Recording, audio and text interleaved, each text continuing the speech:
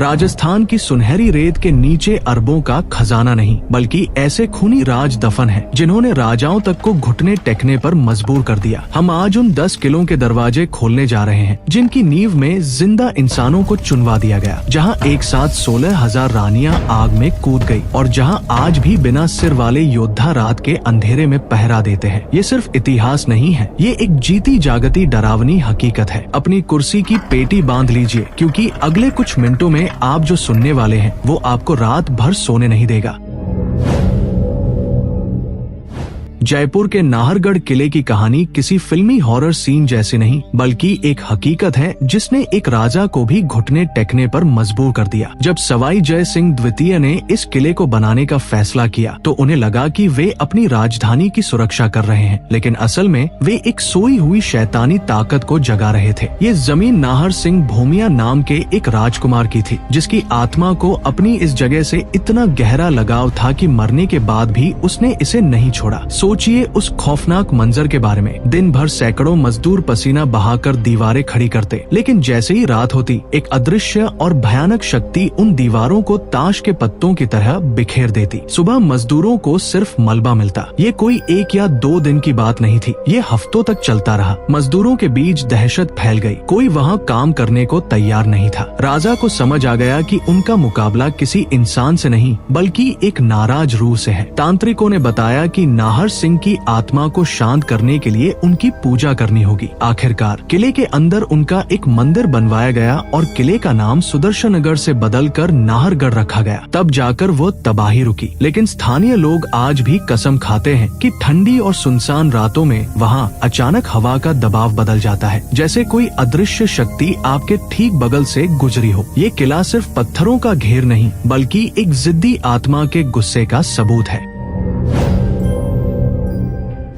अब बात करते हैं उस किले की जो अपनी खूबसूरती के लिए नहीं, बल्कि दुनिया के सबसे बड़े खजाने की साजिश के लिए जाना जाता है, जयगढ़ किला। ये जगह इतनी रहस्यमयी है कि यहाँ की दीवारों के कान नहीं, बल्कि जुबान है। मान सिंह प्रथम ने अफगानिस्तान से लूटा हुआ अरबों खरबों का खजाना इसी किले के गुप्त तहखानों में छिपाया था। ये खजाना इतना विशाल था कि किसी भी देश की तकदीर बदल सकता था। कहानी में असली और डरावना मोड़ तब आया जब 1970 के दशक में आपातकाल के दौरान सरकार ने सेना भेजकर यहाँ खुदाई करवाई। महीनों तक यह किला एक छावनी बना रहा। आम जनता के लिए सारे रास्ते बंद कर दिए गए। आधिकारिक रिपोर्ट में कहा गया कि वहाँ कुछ नहीं मिला, लेकिन स्थानीय गवाह और इतिहासकार एक अलग ही कहानी बताते हैं। उनका कहना है कि खुदाई के बाद लगातार 3 दिनों तक भारी ट्रकों का काफिला दिल्ली की तरफ जाता देखा गया। अगर कुछ मिला नहीं तो उन ट्रकों में क्या था? क्या वो शापित खजाना था? कहते हैं कि जिस खजाने के पीछे खून खराबा और लूट का इतिहास हो, वो अपने मालिक को कभी चैन से जीने नहीं देता। आज भी जयगढ़ के पानी के विशाल टांकों और अंधेरे गलियारों में एक अजीब सी मनहूसियत छाई रहती है। यहाँ जाने वाले कई लोग बताते हैं कि उन्हें ऐसा महसूस होता है जैसे कोई उन्हें लगातार देख रहा है, मानो खजाने के रक्षक आज भी वहाँ मौजूद है और अपनी संपत्ति की रखवाली कर रहे हैं।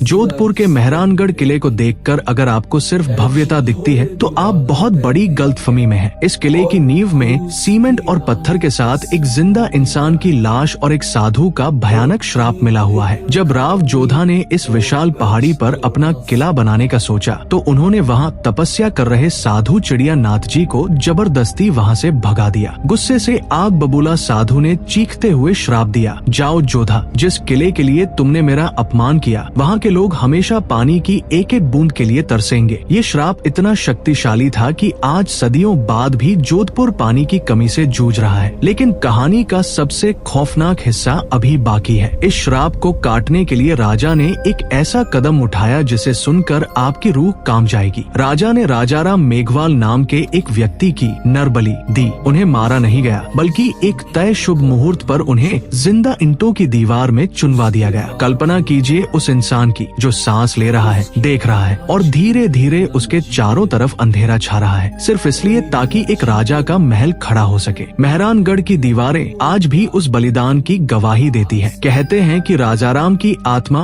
आज भी किले की रक्षा करती है, लेकिन उस जगह पर अजीब सी उदासी और भारीपन है जो आपको याद दिलाता है कि सत्ता की भूख इंसान को कितना क्रूर बना सकती है।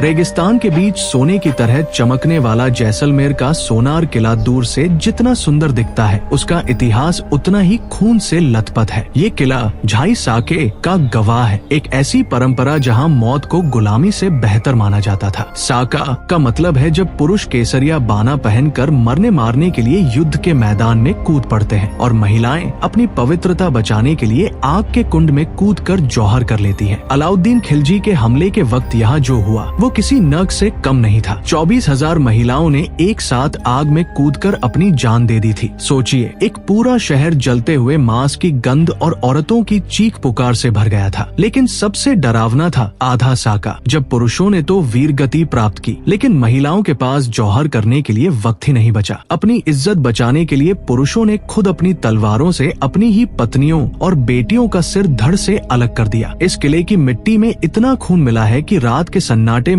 यहाँ से गुजरना किसी चुनौती से कम नहीं। पर्यटक अक्सर बताते हैं कि रात के वक्त हवाओं की आवाज में औरतों के रोने और चिल्लाने की आवाजें सुनाई देती हैं। ये किला सिर्फ एक स्मारक नहीं बल्कि एक विशाल कब्रिस्तान है जहाँ हजारों बेगुनाह आत्माएं आज भी न्याय और शांति की तलाश में भटक रही हैं। जैसलमेर की खूबसूरती एक धोखा है जिसके पीछे गहरा दर्द छिपा है।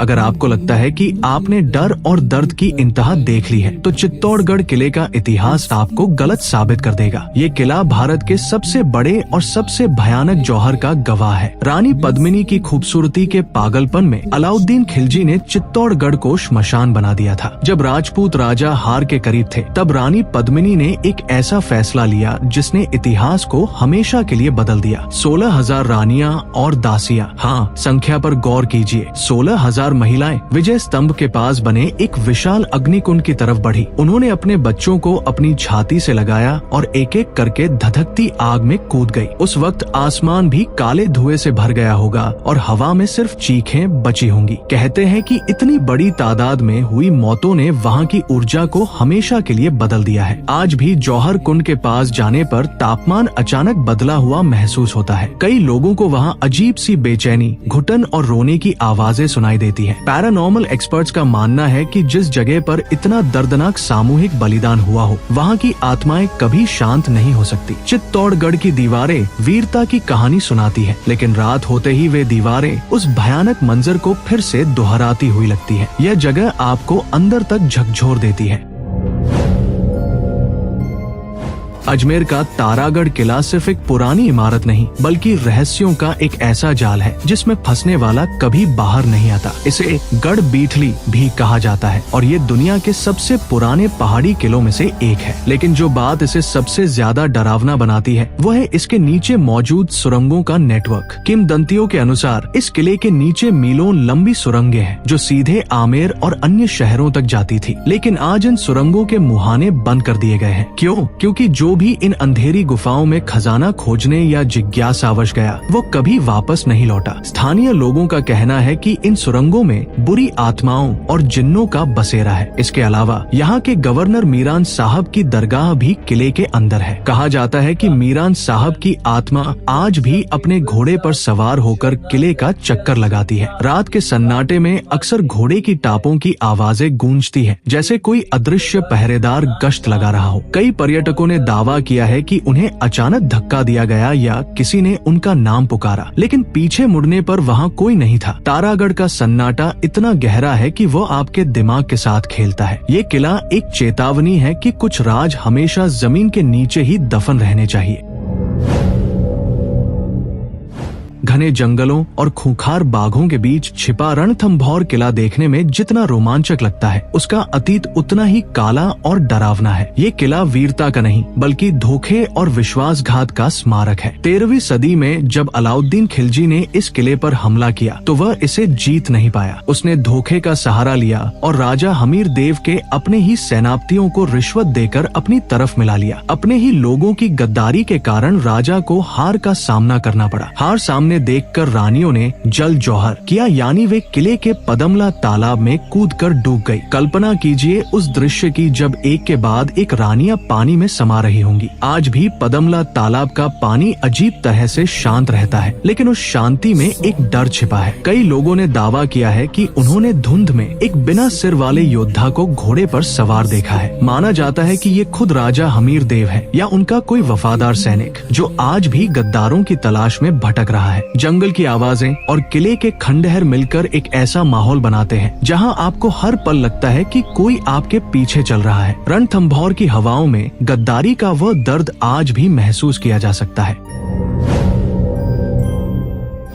झालावाड़ का गागरोन किला अपनी बनावट के लिए मशहूर है क्योंकि ये बिना किसी नींव के सीधे चट्टान पर खड़ा है, लेकिन इसके अंदर की कहानियां बेहद विचलित करने वाली है। ये किला 3 तरफ से पानी से घिरा है और यहाँ प्रकृति की सुंदरता के साथ साथ मौत का भयानक सन्नाटा भी है। अचलदास खींची के राज में यहाँ 2 बार जौहर हुआ। हजारों महिलाओं ने अपनी जान दी, लेकिन इस किले की सबसे रोंगटे खड़े कर देने वाली जगह है गीद कराई। ये किले का वो हिस्सा है जहाँ से राजा अपने दुश्मनों और गद्दारों को सजा ए मौत देते थे, लेकिन ये कोई साधारण फांसी नहीं थी। कैदियों को किले की सबसे ऊंची दीवार से सीधे नीचे गहरी खाई और नुकीली चट्टानों पर फेंक दिया जाता था। नीचे गिरते ही शरीर के चिथड़े उड़ जाते थे और बाकी का काम नदी के मगरमच्छ या गिद्ध पूरा कर देते थे। गीद कराई नाम ही गिद्धों की वजह से पड़ा जो वहाँ लाशों का इंतजार करते थे। आज भी उस जगह पर खड़े होकर नीचे देखने की हिम्मत किसी में नहीं होती। वहाँ की हवा में मौत की गंध और उन गिरते हुए लोगों की आखिरी चीखें कैद है। इसके अलावा यहाँ के हीरामन तोते भी रहस्य का विषय है जो इंसानों की बोली बोलते थे। गागरोन किला आपको याद दिलाता है कि पुराने जमाने में न्याय कितना क्रूर और दर्दनाक हो सकता था।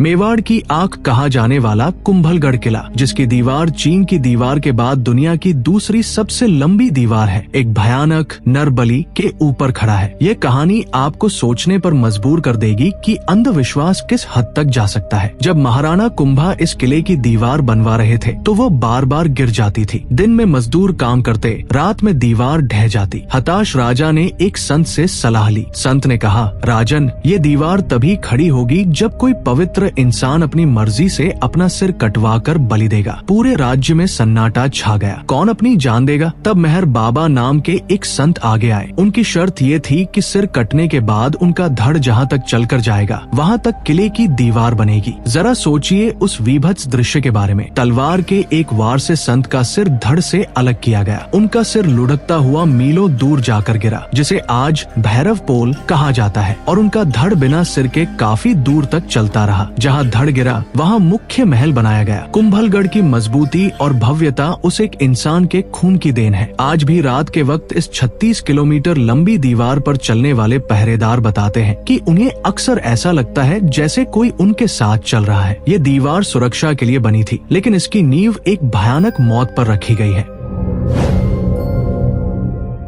और अब दिल थाम कर बैठिए, क्योंकि हम बात करने जा रहे हैं उस जगह की जिसे भारत ही नहीं बल्कि पूरी दुनिया का मोस्ट हॉन्टेड यानी सबसे शापित स्थान माना जाता है, भानगढ़ का किला। ये जगह इतनी खतरनाक है कि भारत सरकार और पुरातत्व विभाग SI ने भी बोर्ड लगाकर चेतावनी दी है। सूर्यास्त के बाद और सूर्योदय से पहले यहाँ प्रवेश करना सख्त मना है। आखिर क्यों? कहानी शुरू होती है राजकुमारी रत्नावती की बेपना खूबसूरती और सिंधिया नाम के एक तांत्रिक की गंदी नीयत से।